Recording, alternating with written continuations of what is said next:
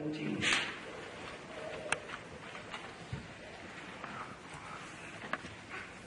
It's a wonderful story that doesn't get told very much, that particular passage with the story about, first of all, Mary going to the temple to be purified. The idea of a woman who gives birth becoming impure was a very strange idea that we don't have now, at least most of us don't. But it was a part of the passage tells us very clearly, these are good, devout Jewish people, and as all good Jewish people do, you go to the temple, to the holy place, and present yourself and are purified after having given birth, which is what Mary, the mother of Jesus, did. The other really important little clue in this story about the Holy Family coming to present, first of all, to purify the mother and then to present the son to God, is that they weren't able to provide what is usually provided for a sacrifice, a little lamb. They presented turtle doves. And these were the offerings of the working poor. Mary and Joseph weren't destitute, but we have any of you that fill out your taxes, I don't know how many of you fill in the working poor section. I've done it several times in my life. Those of us who work hard and earn only just enough to make ends meet and sometimes not. And for us, in those days, if you want to make an offering a sacred offering to God, it's acceptable to do it with something not so expensive, the turtle doves. So right there, Luke is saying, in his telling of the story, our Messiah, our God with us, it has been born into a family of the working poor.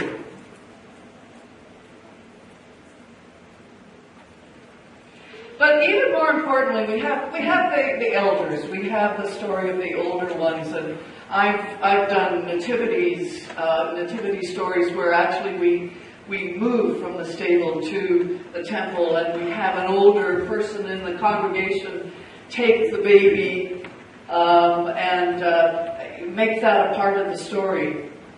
The story of the elders recognizing the child, recognizing the moment when God is at work, even though to the rest of the world it doesn't seem that way. Not only does God's mission have a church, as it says in our quote in the bulletin, but God's mission has the Holy Spirit. This story is full of the Holy Spirit. The Holy Spirit indwells and arises in all the elements of our nativity story as told by the Gospel writer Luke. It is the Holy Spirit who impregnates. It's through the work of the Holy Spirit that the child comes to be in Mary's womb. It is through the Holy Spirit in Simeon's life that he comes to the temple and recognizes the moment. And let's be clear, the Jewish people were looking for a king. They were looking for someone who was in the line of David. They were waiting for a liberator, and their images, naturally so, were of a great leader who would overcome the oppressor. So you wouldn't expect that leader to be born in a working poor family in a far distant part of Judea. That wouldn't have been the expectation, but Simeon was open to the Holy Spirit in his life. And so while he had an expectancy, and he had been assured through God's voice within his life that before he died, he would actually behold the moment of the birth of the Messiah. His expectations were most probably of a great leader in the line of David, who would liberate the Israelite people in a more of a military manner, and bring about a peace through overcoming the oppressor. But Simeon, alive to the Holy Spirit, was open to the possibility that God's way of reaching out and being with the people was through this poor family. And so when he arrived at the temple and saw the mother and the father with the little child, and felt the nudging of the Spirit, he was open. So while sometimes expectancy can blind you, you can expect something and therefore not see what is actually right in front of you because of your expectations. The Holy Spirit within Simeon's life enabled him to see, enabled him to recognize.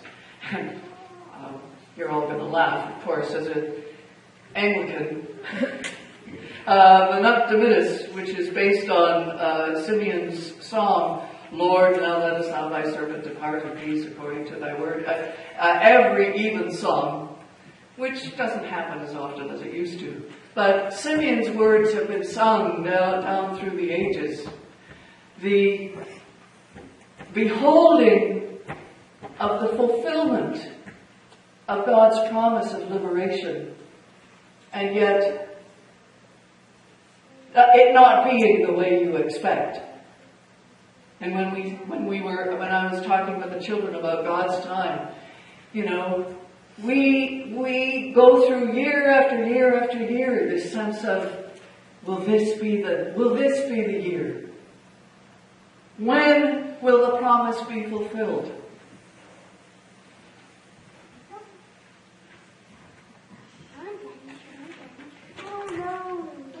It is through the Holy Spirit, too, in this story. Oh, I mustn't forget Anna. I love the story of Anna because she is named as a prophet.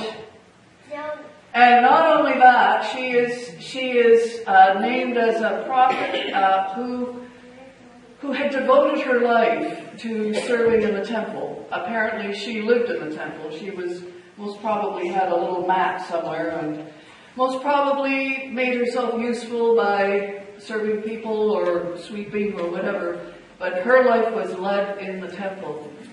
And Luke, as is often the case in the telling of stories, we hear all the words that the man says, and we hear none of the words of Anna, but at least we do hear that Anna went about from person to person saying, good news, and you could just see her almost taking people and saying, this is the child we've been waiting for. Come and see. She went about spreading the good news and inviting people to celebrate. And what I love about the telling of Anna's story is that it leaves it open to our imaginations. We hear that she told the good news and said the redemption of Jerusalem is here. It's starting to happen through the birth of this little child. But it leaves it to our imagination what exactly she said and how it happened. And so having room for the imagination in the scriptural story is a gift. Sometimes it's seen as a slight to the prophet Anna. I see it as a gift to the people of God. And then the whole story here in this Christmas season is placed along with other texts. And one of the texts that is offered for us on this day, as we are after Christmas and before Epiphany, is the Psalm 148. And in that psalm, not only is it Simeon and Anna and all the people that they were able to tell, praising God, and all the people down through the centuries who have repeated Simeon's words, but here we have the whole creation praising God.